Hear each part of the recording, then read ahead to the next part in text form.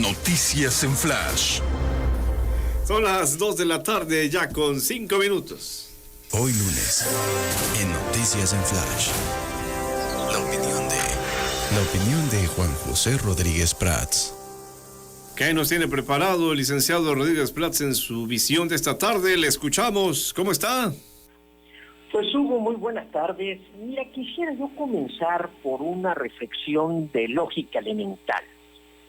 Podemos tener los seres humanos diferentes opiniones, depende del juicio de cada quien. Podemos interpretar en forma diferente las leyes, también existe lo que se denomina criterio jurídico, pero no podemos tener diferentes hechos. Ahí se utiliza un verbo de apreciar la realidad. Esto significa que los hechos tienen que esclarecerse y todos coincidir en lo que ahí está. Y basándome en esa reflexión, yo diría, y son hechos, que estamos en la peor crisis en salud, en la peor crisis en seguridad y en la peor crisis en economía. En salud, todo el país está en semáforo rojo, estamos hablando de que no vemos cómo la curva famosa empiece a decaer, sino por el contrario, sigue creciendo. En seguridad también ahí está la cifra, vemos cómo inclusive hay zonas del país en donde prácticamente hay una autoridad alterna porque reparten despensas, o sea, es un territorio que se está segregando del Estado de Derecho. Y en economía bastaría leer hoy el artículo de Carlos Ursúa, que fue breve secretario de Hacienda del señor presidente, en donde da unas cifras espeluznantes, la cantidad de empleos que se están perdiendo, la cantidad de mexicanos que irán rumbo a la pobreza. Y inclusive los economistas más optimistas son los que dicen que este sexenio ya está perdido, recuperaremos el poder adquisitivo, si bien nos va, que teníamos en el 2018 hasta el 2025. Y lo más preocupante, Hugo, es que en medio de esta crisis, por si fuera poco, ahora se amenaza con una crisis política. Las declaraciones del presidente López Obrador, que están siendo comentadas por todos los editorialistas, esta declaración de guerra, porque para mí eso es, cuando dice o estás conmigo o estás en contra mí. Hoy Pascal Beltrán relata esta frase como también la repitió palabras más, palabras menos, Lenin, Mussolini, Erdogan de Turquía o el mismo Hugo Chávez. Inclusive Krause también evoca lo que es el teórico del nazismo, que ve la política como relación amigo-enemigo. Y aquí se alude porque también hace unos días se hablaba del viejo priista, del pequeño priista que todos llevamos dentro. Y aquí yo quiero discrepar, porque Beatriz Paredes habla del retorno que surja este pequeño priista. Carlos Castillo Peraza fue el primero en utilizar esta expresión para referirse a la cultura política que se acuñó por varias décadas del partido de Estado. Pero no es el pequeño priista el que está retornando o el que está creciendo. Jesús Reyes Heroles hablaba de aquel PRI con una frase, y en política la forma es fondo. Aquí ni siquiera las formas se respetan. Y el presidente, a su vez, que está dando una declaración de guerra, está utilizando y lo está haciendo desde su trinchera.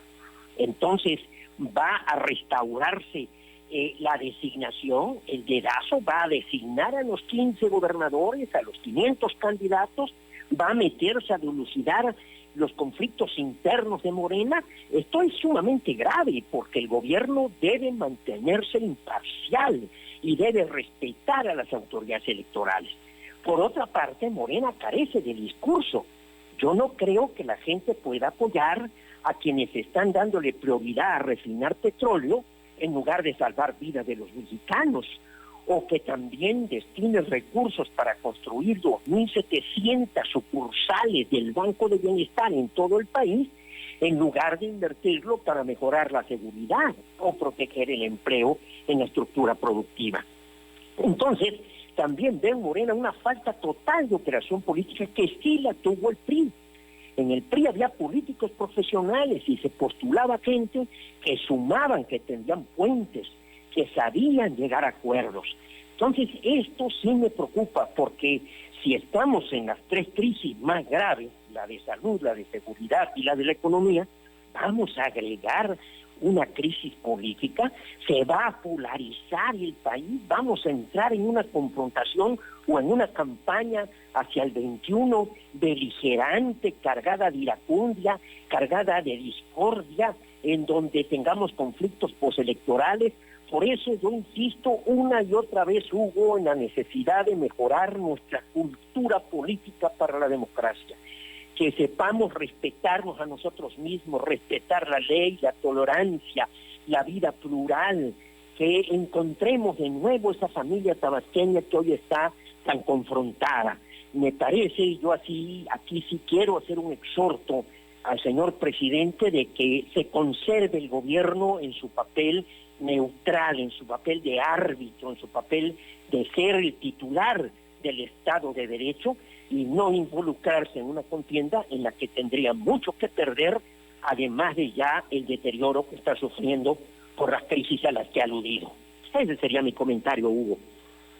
Y a propósito de respeto político, esto que usted enmarca así, pues yo diría muy bien.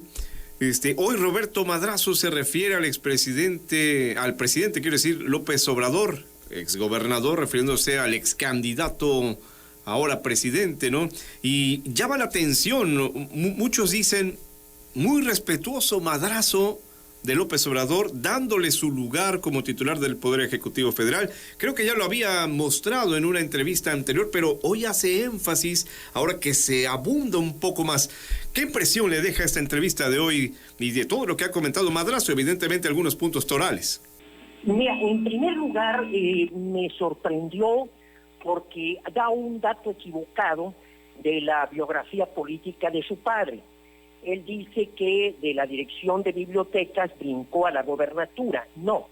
En 1952, don Adolfo Ruiz Cortines lo quiso designar secretario de gobierno de Manuel Bartlett Bautista. Se lo pide al gobernador electo, a Ruiz Cortines era presidente electo, y le pide que lo designe como secretario de gobierno, y Manuel Bartlett Bautista, es un dato muy importante, con mucho valor, le dijo: señor, el licenciado Madrazo y yo hemos pertenecido a grupos políticos distintos. Madrazo fue garridista y yo fui antigarridista, y yo ya designé a Juan Morales Torres. Entonces, don Adolfo lo designa abogado de la Comisión Nacional de la Industria Azucarera, cargo al que brinca en el 55, y fue breves días secretario de gobierno de Miguel Orrico de los Llanos. Posteriormente pasa a ser representante del Estado de Tabasco en México, y el 12 de diciembre del 57, si no mal recuerdo, pronuncia el discurso cuando viene Adolfo López Mateos en Tabasco, y ahí prácticamente se da el destape como gobernador. Entonces, ahí tiene un dato equivocado Roberto en relación a la biografía de su padre. En segundo lugar, dice Roberto que los políticos no cambiamos, que somos los mismos, y me menciona, cosa que yo lo interpreto como un gran halago, porque la congruencia es lo más difícil en la vida política. Yo milité en el PRI, milité en el PAN, y si vi que soy el mismo, hombre, es algo que me honra y que festejo que así sea. Pero yo sí pienso, por ejemplo, en su desempeño, que fue errático, que fue ambiguo, y que hubo enormes contradicciones. Y recuerdo la campaña en la que participamos, Andrés Manuel lo vertigó. Entonces ahora modifica totalmente su discurso y ve cualidades y saluda a Andrés Manuel López Obrador. Yo también pondría como ejemplo, verdaderamente no cambiamos, siempre seremos los mismos. Aquel verso que dijo Pablo Neruda, nosotros los de entonces ya no somos los mismos. ¿Será que seguimos siendo los mismos? Michelle Obama decía en la Convención Demócrata que la política no cambia, sino que demuestra quiénes somos. O sea, si venimos con una máscara por mucho tiempo, de repente esa máscara cae y se nos ve como lo que somos. Yo diría dos casos. Arturo Núñez navegó toda su vida como un hombre prudente, sensato, un político profesional, respetuoso, honesto, y llegó al gobierno y vimos un Arturo Núñez totalmente diferente. Nos engañó toda la vida o cambió. Tal caso es lo mismo, porque su gobierno pues fue un verdadero desastre y está señalado y señalará siempre como un gobierno corrupto. En el caso de Andrés Manuel, si viéramos todo su discurso como un demócrata, por ejemplo, él hablaba del partido de Estado, del gobierno que intervenía, que daba el dedazo, llegó a decir que el PRI postulaba a vacas y las vacas salían electas. Bueno, pues entonces ahora viene la campaña, vamos a ver si sus funcionarios respetan la vida interna de Morena, si no se meten a la vida para designar y para imponer candidatos, si no utilizan los programas electorales. Todo esto Andrés Manuel lo denunció desde la oposición. No estoy diciendo ni atacando a nadie, estoy recordando sus palabras. Si nosotros vemos los discursos de Andrés Manuel, ¿podríamos decir que hoy en la presidencia es el mismo? Yo creo que encontraríamos, pero enormes incongruencias, incoherencias, contradicciones y totalmente desvíos de lo que él propuso por muchos años que militó en la oposición y de lo que está haciendo hoy en el poder, empezando por esta descalificación a los que no coincidimos con él, que prácticamente yo hasta lo percibo hasta como amenaza.